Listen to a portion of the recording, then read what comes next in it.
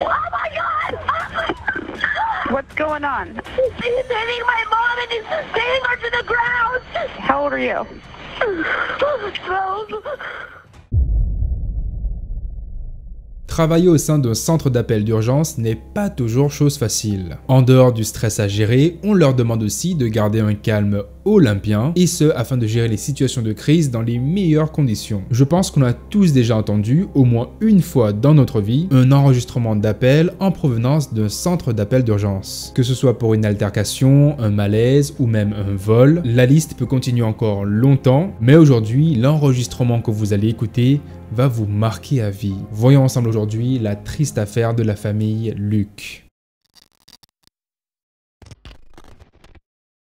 On est le dimanche 4 octobre 2015 au soir. La nuit vient de tomber sur la petite ville de Columbus. Tout le monde se prépare à dîner et les enfants finissent leur dernier devoir qui leur reste avant d'entamer leur nouvelle semaine d'école. Mais pour la famille Luke, cette nuit va complètement changer leur vie. Angela et Daniel Luke se sont rencontrés lorsqu'ils étudiaient tous les deux à l'université d'Ohio. Le courant va assez bien passer entre les deux, puisqu'après quelques mois, ils finiront par se marier et auront même 2 filles ensemble quelques années plus tard. La petite Addison, 9 ans, et Alexa, 12 ans au moment des faits. Le père, Daniel, travaillait en tant que vice-président d'une banque, tandis que la mère, Angela, était prof dans une école primaire. À première vue, la famille Luke semblait être une famille comme les autres. Ils habitaient dans une belle maison, les voisins les appréciaient, et ils avaient leur petite habitude qui consistait à se rendre à l'église tous les dimanches. Mais en réalité, la famille Luke n'avait pas une vie si parfaite que ça. Selon Alexa, leur fille de 12 ans, ses parents avaient commencé à se battre régulièrement et cela n'a fait que dégénérer avec le temps. Leurs 18 années de mariage s'étaient petit à petit usées et ils ne s'entendaient plus du tout ensemble. Mais malgré les innombrables disputes, aucun d'entre eux ne semblait vouloir divorcer. Aux alentours de 20 h, le centre d'appel du 911 reçoit un appel terrifiant de la part d'Alexa. Elle supplie l'opératrice au bout du fil d'envoyer des secours immédiatement chez elle. Quelques instants de cela, ses parents avaient commencé à se disputer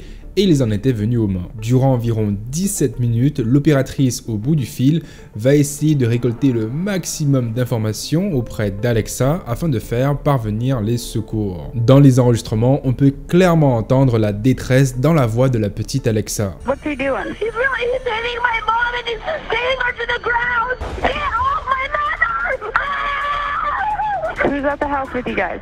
Just my sister, my dad and my mom. My dad's hitting my mom! I need help! Do you know if anybody's been drinking? My dad has. They're fighting really bad. Pendant ce temps, la mère, Angela, essaie de se débattre tant bien que mal afin de sortir de l'étreinte de son mari. En réalité, Daniel, le père, voulait empêcher à Angela ainsi qu'à ses 2 filles de quitter la maison. Alexa n'a aucune idée de l'origine de la dispute, mais elle dira à l'opératrice au bout du fil que quelques instants avant leur grosse dispute, son père avait déjà bu quelques verres d'alcool. Après plusieurs minutes de lutte, Angela arrive à s'échapper, se saisit de ses 2 filles et les emmène à l'extérieur de la maison. Et alors qu'elles sont en train de franchir le pas de la porte, Daniel pousse violemment sa femme au sol, qui finit par fracasser un pot de fleurs situé à l'entrée. Please hurry! My dad broke my mom's arm! My mom really hurt her arm! Dad! Get off me! Get off my mommy!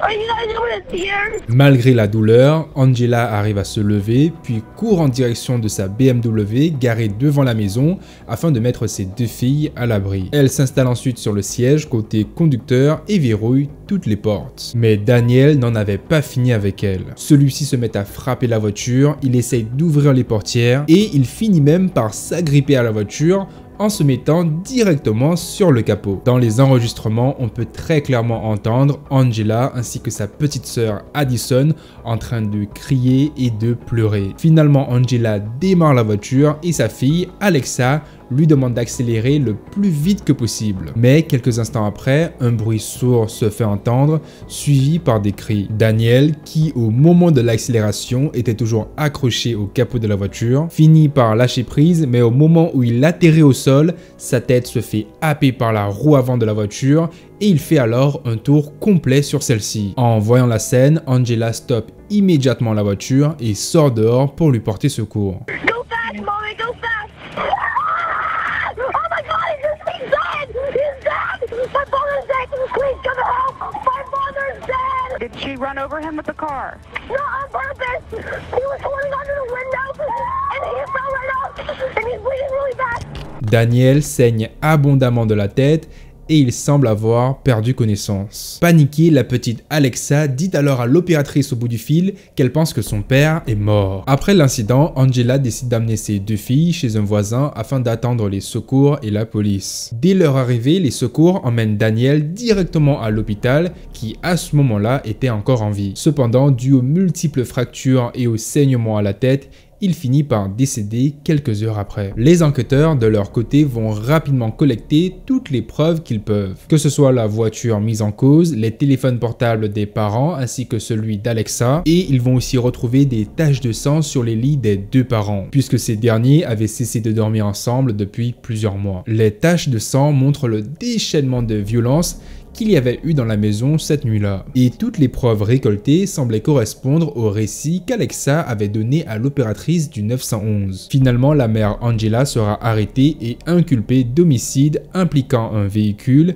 et d'homicide involontaire. Bien entendu, à l'annonce de cette nouvelle, la famille ainsi que les amis d'Angela seront anéantis. La médiatisation de cette affaire va apporter une réaction négative du public envers la police. Une association contre les violences conjugales critiquera énormément la police pour avoir condamné une femme qui essayait tout simplement de protéger sa vie et celle de ses deux filles. Nancy Nalon, l'avocat de l'association, dira même que la décision de la police aurait pour effet de décourager les victimes de violences conjugales de se manifester, puisque cela voudrait dire que si elles le font, cela pourrait se retourner contre elles. En parallèle de ces charges, Angela finit par se faire virer temporairement de l'école où elle travaille, le temps que les enquêteurs puissent mener leur investigation, qui est estimée à un minimum de 30 jours. Mais heureusement, l'école finit par la réintégrer au sein de leur équipe après avoir entendu l'appel au 911, car ils avaient compris que son mari était clairement celui qui avait l'ascendant sur elle. Finalement, après quelques jours d'investigation, les charges retenues contre elle sont abandonnées, et elle est aussi par la même occasion remise en liberté afin de retrouver ses deux filles. La principale raison qui a permis d'acquitter Angela est l'appel que sa fille Alexa avait passé avec l'opératrice du 911, qui a permis de déterminer que tout cela ne résultait que d'un accident entraînant la mort involontaire de Daniel. Les funérailles de ce dernier auront finalement lieu une semaine après sa mort. Ses amis, sa famille, sa femme ainsi que ses deux enfants y participeront. Selon David, le frère de Daniel, il était un père 100% impliqué dans la vie de sa famille, qui essayait toujours de résoudre les problèmes de façon réfléchie et posée. David expliquera dans une interview qu'il pense que son frère a sûrement été influencé par les effets de l'alcool, ce qui l'a donc poussé à agir ainsi, puisque pour lui, il n'avait jamais vu son frère ainsi. Finalement, après l'incident et la libération d'Angela, il y a eu très peu d'informations quant à la suite des événements. Les deux filles n'ont jamais été interviewées, probablement afin de protéger leur anonymat, et c'est aussi la raison pour laquelle on ne retrouve aucune photo des deux sœurs sur internet. Quant à Angela, elle doit à présent vivre avec le poids de cet événement avec elle. Sans cet appel du 911 que sa fille Alexa avait passé, les choses auraient été beaucoup plus différentes, puisqu'Angela aurait pu être condamnée à 3 ans de prison ferme pour homicide involontaire. Et vous, qu'avez-vous pensé de cette affaire? N'hésitez surtout pas à écrire vos avis directement dans les commentaires, et je me ferai un plaisir de vous lire, car je pense que vous êtes nombreux et nombreuses à avoir des avis divergents concernant ce cas. Sur ce les amis, portez-vous bien, passez une excellente journée ou soirée. Je vous dis à la prochaine pour une nouvelle vidéo, c'était Kensho. Ciao.